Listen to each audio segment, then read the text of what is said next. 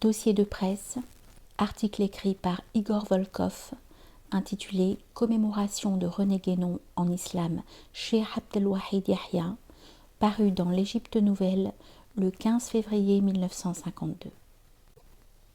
Cher maître, je viens un peu tard apporter mon obole au souvenir vénéré de René Guénon, qui a trouvé une si généreuse diffusion dans votre honorable hebdomadaire. J'étais présent à la commémoration du maître, vous avez d'ailleurs bien voulu le noter, et j'aurais aimé prendre la parole pour témoigner également de ma vénération. Mais la pensée n'était pas encore mûre. Je n'aurais pu que répéter ce que d'autres avaient mieux dit que moi. Ce n'est qu'après, ou plutôt au cours de la lecture du second numéro de votre journal consacré à René Guénon, que j'ai pleinement réalisé ce que je lui devais et dans quelle forme cela devait être dit. Je vous envoie cet article. Vous déciderez s'il a droit aux honneurs de la publication. Veuillez croire à mes sentiments très distingués. Igor Volkov.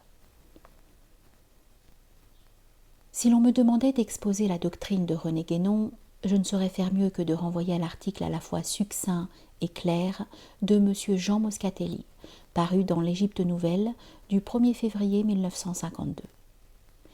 Et si je me hasarde à prendre la parole, ce n'est pas pour apporter une addition ou une modification à son exposé, mais pour relater une expérience personnelle dont le récit sera le seul et meilleur hommage que je puisse adresser à la mémoire du maître.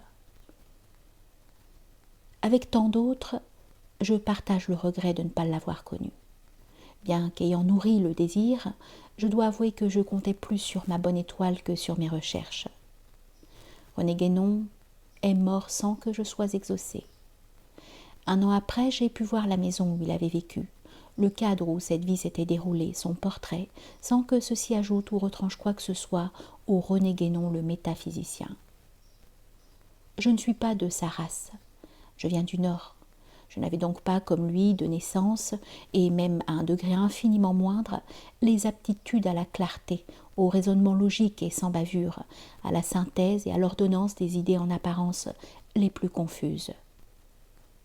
Une enfance difficile à cause des avatars de l'émigration, une jeunesse entravée de difficultés matérielles, le trouble encouragement de l'entourage m'avait précipité à la fleur de l'âge dans un gouffre où les exigences d'un mysticisme ténébreux se disputaient le goût de la vie.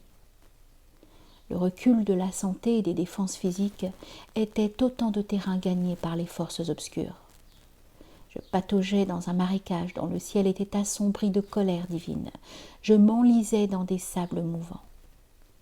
Chaque appel au secours, chaque geste désespéré m'enfonçait davantage. L'horizon intellectuel diminuait, la sensibilité s'estompait, le ciel tant cherché s'éloignait à l'infini.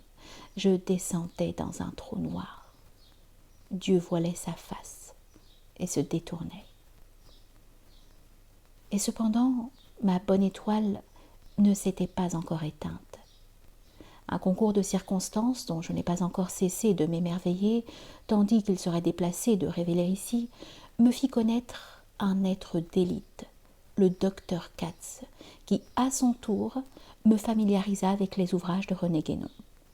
Ce fut la première bouée sur la mer démontée, l'espoir de terre ferme, et il me fallut encore près de 5 à 6 ans pour réparer les désordres intérieurs et pouvoir contempler dans un ciel redevenu serein les lieux où faillit s'achever le naufrage.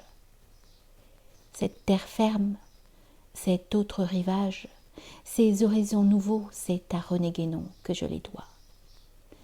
Je saisis l'occasion de son premier anniversaire et l'hospitalité bienveillante de ce journal pour lui en témoigner toute ma gratitude.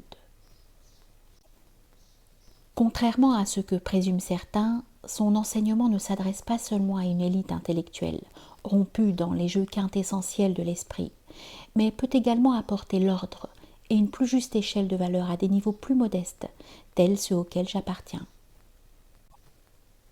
Comme l'a si justement remarqué M. Jean Moscatelli, le mérite de René Guénon est, entre autres, d'avoir établi une hiérarchie dans le domaine spirituel, d'avoir ordonné cette chambre de débarras de nos aspirations confuses, de nos terreurs, de nos espoirs, qui, trop souvent, est l'aspect même de notre sentiment religieux.